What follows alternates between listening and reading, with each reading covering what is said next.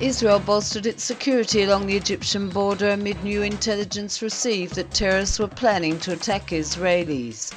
Israel's Chief of General Staff, Lieutenant General Benny Gantz, ordered the army to bolster its defensive measures along the Egyptian border and gather intelligence using electronic and visual means in an effort to track down the terrorists planning the attacks. The new measures went into effect Wednesday afternoon. Meanwhile, an initial probe conducted by the Israeli army into last week's terror attack near Eilat, in which 8 Israelis were killed, revealed that at least 3 of the terrorists were Egyptian nationals. One of the terrorists belonged to a radical Egyptian group and was tried in Egypt, but escaped from prison during the first days of anti-regime protests there.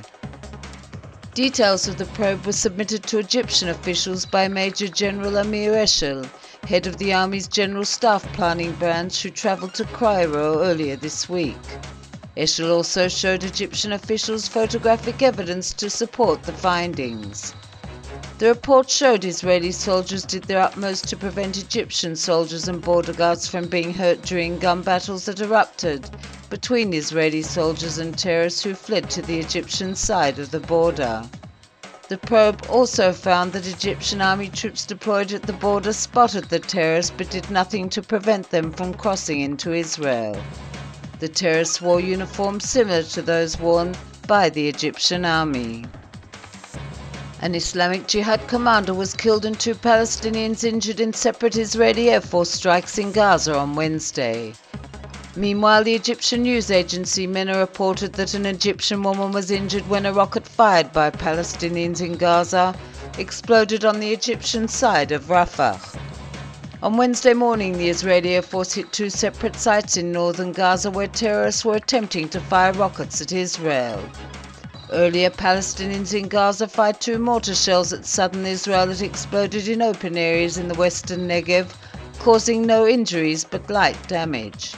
Before dawn, Ismail al-Asma, an Islamic Jihad commander, was killed in an Israeli airstrike that caused his car to explode.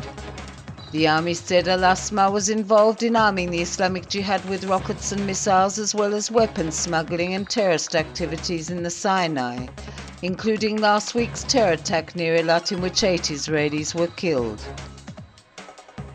The Arab League's Peace Initiative Committee pledged to support the Palestinians' bid for unilateral statehood at the UN next month. At a meeting in Doha on Tuesday, members of the committee approved a work plan to build up international support for the move and pave the way for the Palestinians to secure full membership status with East Jerusalem as its capital. In an interview on Al Jazeera, Palestinian President Mahmoud Abbas accused Israel of initiating the recent tensions in Gaza in order to distract attention from the wave of social justice protests in Israel. Abbas refrained from condemning last week's terror attack near Eilat, in which 8 Israelis were killed. Abbas also asked the forum to intensify efforts worldwide to secure membership for a Palestinian state and draw the world's attention to Israel's aggression in Gaza.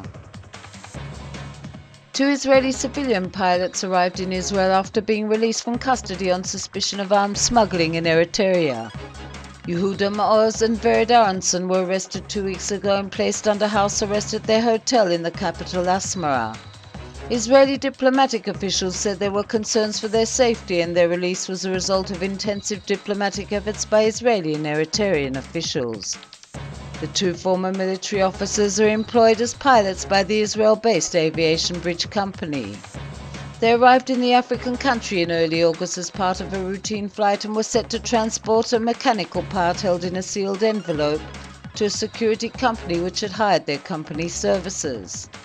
The part was discovered during a routine security check at the Asmara airport, but while the 2 declared it to be a mechanical part, local authorities suspected it was actually meant for weapons construction. A research centre near Tripoli stocks uranium and other material that could be used to make a nuclear dirty bomb, and Libya's rebels will need to secure it, a former senior UN inspector said Wednesday. Meanwhile, a beleaguered Muammar Gaddafi vowed to fight on to death or victory after rebels forced him to abandon his Tripoli stronghold in what appeared to be a decisive blow against the Libyan leader's 42-year rule. Speaking to a local radio station on Wednesday, the Libyan leader's whereabouts and those of his family remain unknown. The deposed Libyan leader said his withdrawal from his headquarters in the heart of the capital was a tactical move after being hit by 64 NATO airstrikes, and he vowed martyrdom or victory in his fight against the alliance. Gleeful rebels ransacked Gaddafi's Bab al-Azizia bastion, seized weapons and smashed symbols.